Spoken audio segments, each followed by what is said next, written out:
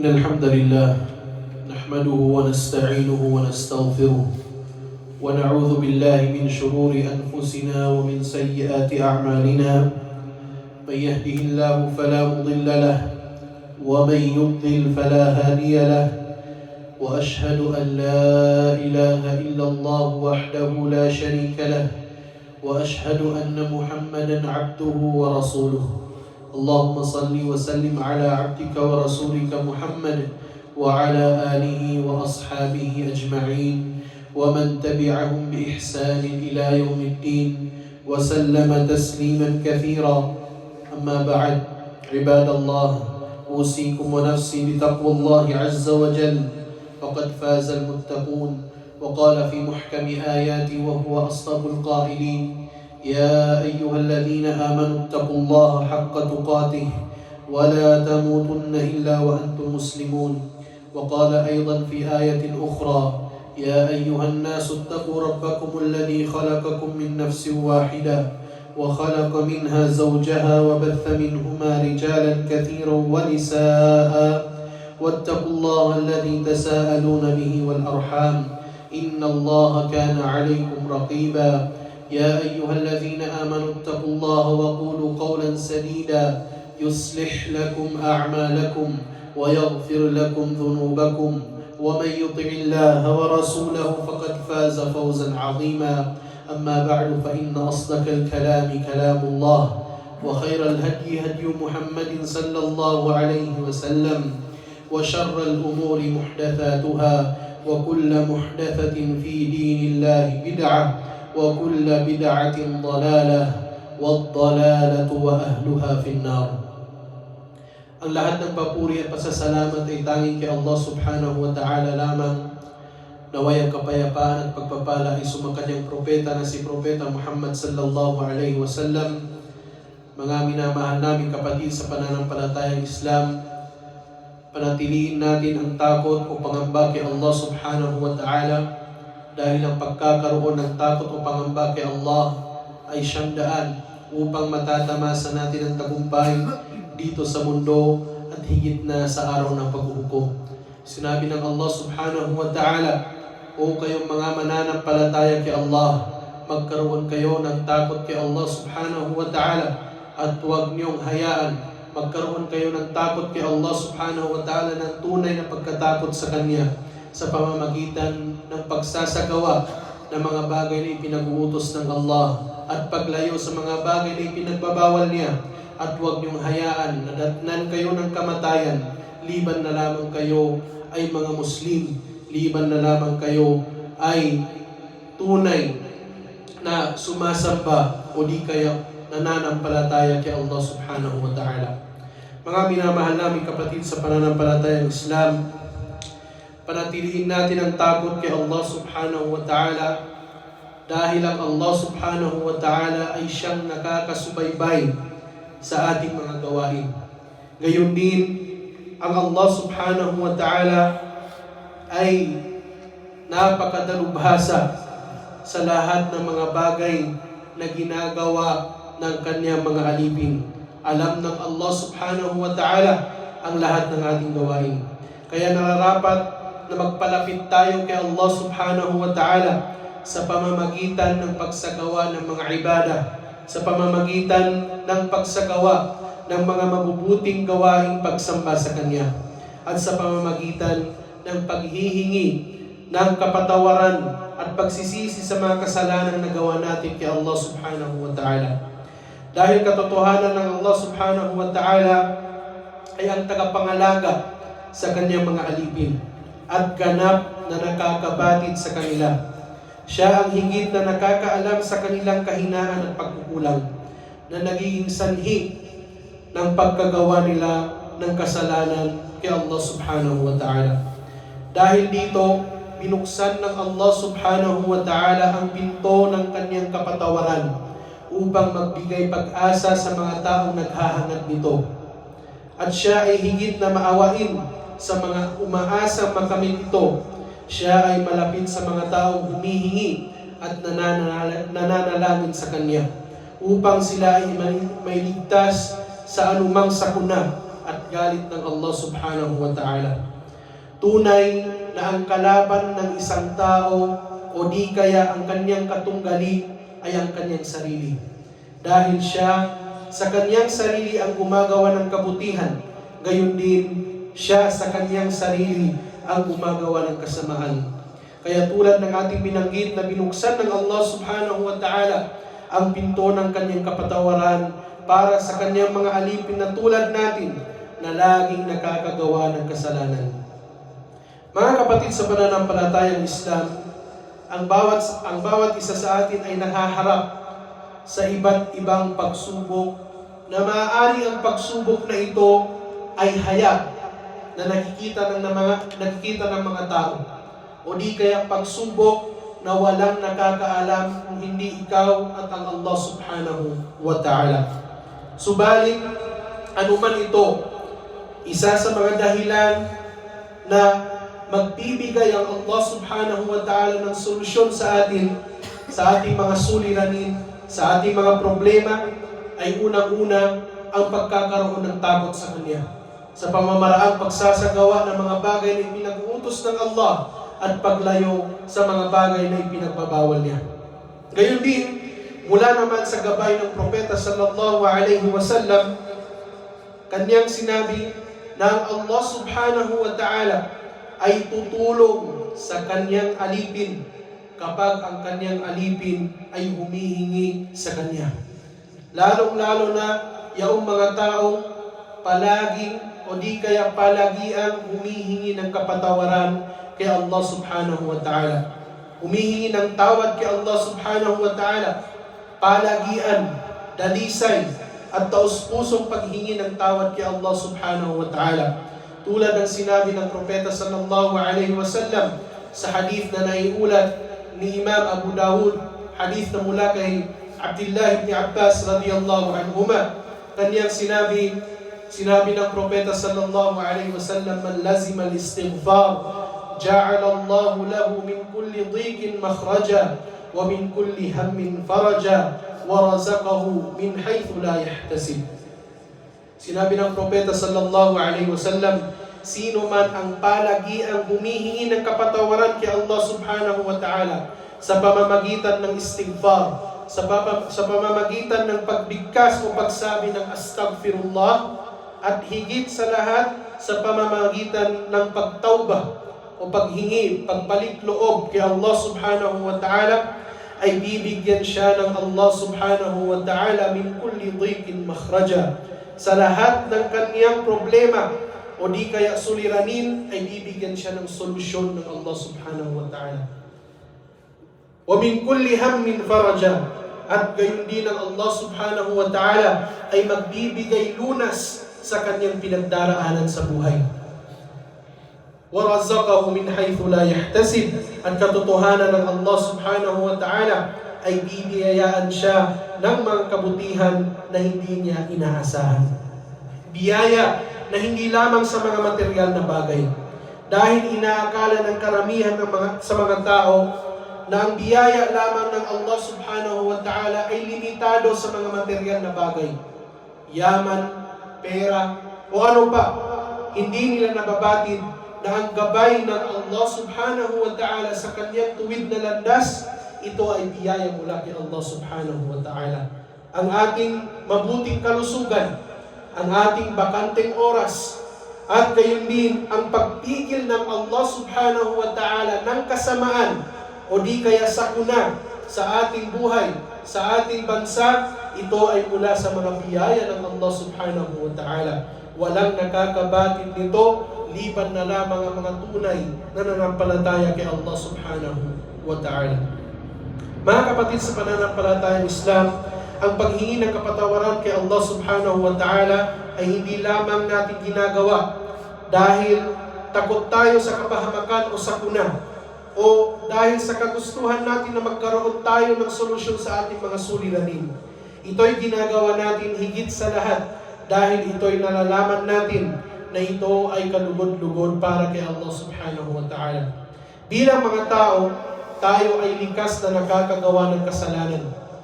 At likas sa mga mu'min, sa mga taong mananampalataya, kapag sila ay nakagawa ng kasalanan kay Allah subhanahu wa ta'ala, ay humihingi sila agad ng kapatawaran kay Allah subhanahu wa ta'ala.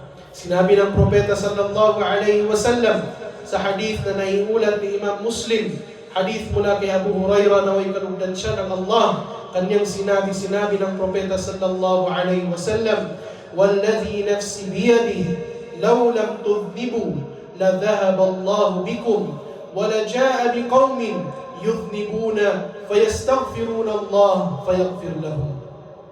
Sinabi ng propeta sallallahu alaihi wasallam, sumpa sa siyang may tangan sa aking kaluluwa ng Allah subhanahu wa ta'ala, kung kayong mga tao ay hindi na nagkakasala o hindi na nakakagawa ng kasalanan kay Allah subhanahu wa ta'ala, ay aalisin kayo ng Allah o di kaya papalitan kayo ng Allah subhanahu wa ta'ala ng ibang mga tao na nagkakasala, ngunit humihingi sila ng kapatawaran kay Allah subhanahu wa ta'ala.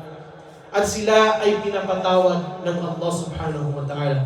Alamin natin na ang hadith na ito ay hindi nagpapahintulot sa atin na gumawa ng kasalanan kay Allah subhanahu wa ta'ala. Ngunit ito ay paghihikayat lamang na dapat lagi tayong humihingi ng kapatawaran, nagbabalik loob kay Allah subhanahu wa ta'ala, laging nag-istighfar para kay Allah subhanahu wa ta'ala. Na dahil dito ay mababasa natin ang ilan sa mga aya ng Allah subhanahu wa ta'ala na mula sa Quran, tulad ng kanyang binanggit, "Qul ya ibadiyalladhina asrafu ala anfusihim la taqnatu min rahmatillah. Inna Allah yaghfiru dhunuba jami'a, innahu huwal ghafurur rahim." Sa malapit nitong kahulugan, sinabi ng Allah, sabihin mo, O Muhammad, sa mga tao, o aking mga alipin na nagmamalabis sa paggawa ng kasalanan laban sa kanilang mga sarili, huwag kayong mawalan ng pag-asa mula sa habag ng Allah subhanahu wa ta'ala. Katotohanan na pinapatawad ng Allah subhanahu wa ta'ala ang lahat ng kasalanan. Katiyakan siya ay mapagpatawad at maawain sa kanyang mga alipin. Gayon din ang karugtong ng aya, "Wa anibu ila rabbikum wa aslimu lahu min qabli an ya'tiyakumul 'adzab thumma la yunsarun." At magbalik loob kayo kay Allah subhanahu wa ta'ala sa pamamagitan ng pagsisisi sa inyong mga kasalanan at tumalima sa Kanya bago pa dumating ang parusa ng Allah sa inyo, sapagkat pagkaraan niyan kayo ay hindi na matutulungan. Dahil dito mga minamahal namin kapatid sa pananampalatayang Islam, ay paramihin natin ang paghingi ng kapatawaran kay Allah subhanahu wa ta'ala, dahil ito ay nagiging dahilan upang makuha natin ang lugod ng Allah subhanahu wa ta'ala. أقول ما تسمعون وأستغفر الله لي ولكم ولجميع المسلمين والمسلمات فاستغفروه فيا فوز المستغفرين.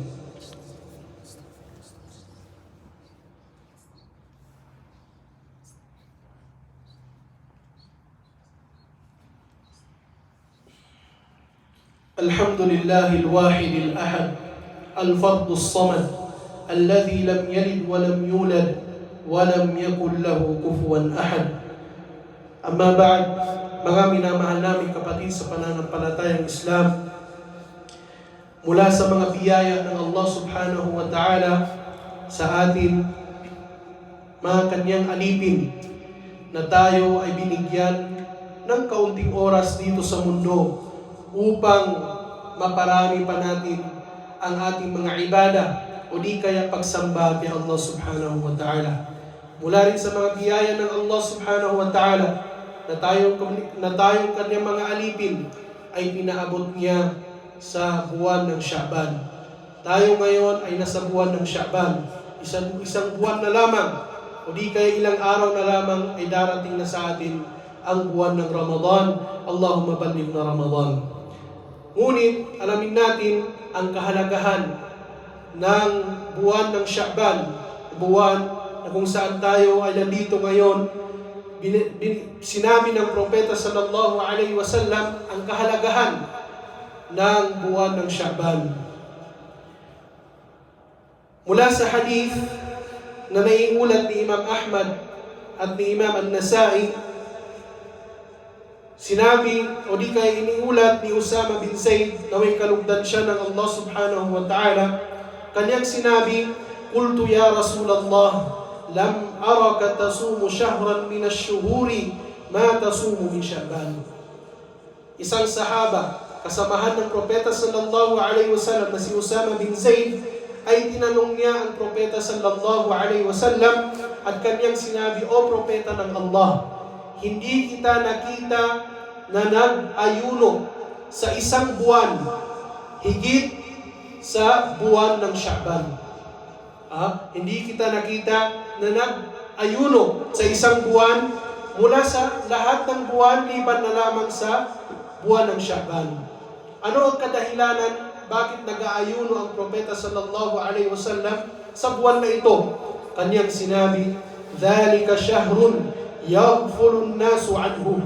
Katotohanan na ang buwan ng Sha'ban, na buwan na kung saan tayo ay narito ngayon, ito ay buwan kung saan ang karamihan sa mga tao ay hindi nila binibigyang pansin ang buwan na ito. Dahil sila ay busy. Bayna Rajab wa Ramadan, sa pagitan ng Rajab at ng Ramadan. Hindi nila masyadong binibigyang pansin ang buwan na ito.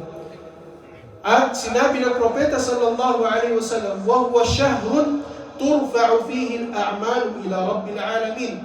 Ang buwan na ito ay buwan kung saan na inaangat ng Allah subhanahu wa ta'ala ang ating mga gawain patungo kay Allah subhanahu wa ta'ala, patungo sa Kanya. فَأُحِبُّ أَنْ يُرْفَعَ عَمَلِي وَأَنَا صَائِمٌ. Nais ko, sabi ng propeta sallallahu alaihi wasallam, na maiangat ang aking gawain na ako ay nag-aayuno. Ito ay mula sa mga kahalagahan ng buwan ng Sha'ban. Gayon din, naiulat ni Aisha radhiyallahu anha sa hadith na mula kay Imam al-Bukhari, kanyang sinabi, "Kana Rasulullah sallallahu alaihi wasallam yasumu hatta naqula la yuftir."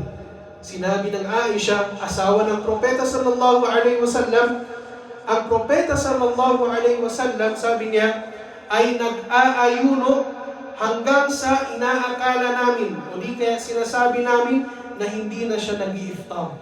Ibig sabihin, continuous, ilang araw, fasting, o di kaya nag-aayuno na lamang ang propeta sallallahu alaihi wasallam.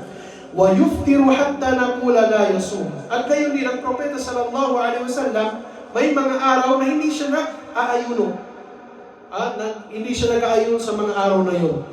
فَمَا رَأَيْتُ رَسُولَ اللَّهِ صَلَّى اللَّهُ عَلَيْهِ وَسَلَّمْ اسْتَكْمَلَ صِيَامَ شَهْرٍ إِلَّا رَمَضَانَ. Hindi ko nakita ang propeta sallallahu alaihi wasallam na kinompleto niya ang isang buwan, 29 days or 30 days, na pinag-ayunuan niya ang isang buwan na yon, liban na lamang ang buwan ng Ramadan. Liban na lamang ang buwan ng Ramadan.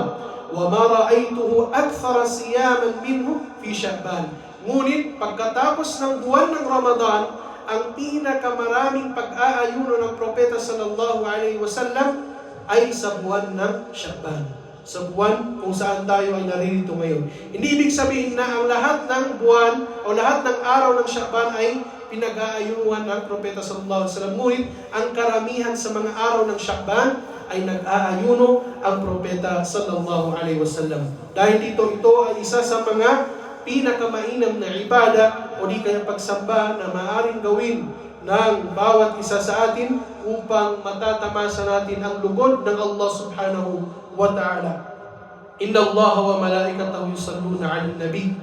Ya ayyuhalladhina amanu sallu 'alaihi wa sallimu taslima. اللهم صل على محمد وعلى آل محمد كما صليت على إبراهيم وعلى آل إبراهيم وبارك على محمد وعلى آل محمد كما باركت على إبراهيم وعلى آل إبراهيم في العالمين إنك حميد مجيد آمين يا رب العالمين. اللهم اغفر المسلمين والمسلمات والمؤمنين والمؤمنات الأحياء منهم والأموات إنك يا مولانا سميع قريب مجيب الدعوات. وقاضي الحاجات برحمتك يا أرحم الراحمين. اللهم إنك عفو تحب العفو فاعف عنا. اللهم إنك عفو تحب العفو فاعف عنا. اللهم إنك عفو تحب العفو فاعف عنا. اللهم إنا نسألك لذة النظر إلى وجهك الكريم والشوق إلى لقائك في غير ضراء مضرة ولا فتنة مضلة. اللهم بارك لنا في القرآن والسنة وانفعنا بما فيهما من الآيات والحكمة. اللهم بلغنا شهر رمضان. اللهم بلغنا شهر رمضان. اللهم بلغنا شهر رمضان برحمتك نستغيث برحمتك يا أرحم الراحمين. ربنا آتنا في الدنيا حسنة وفي الآخرة حسنة وقنا عذاب النار وقنا عذاب النار وقنا عذاب النار وادخلنا الجنة مع الأبرار يا عزيز يا غفار يا رب العالمين. والحمد لله رب العالمين. قوموا إلى صلاتكم يرحمكم الله.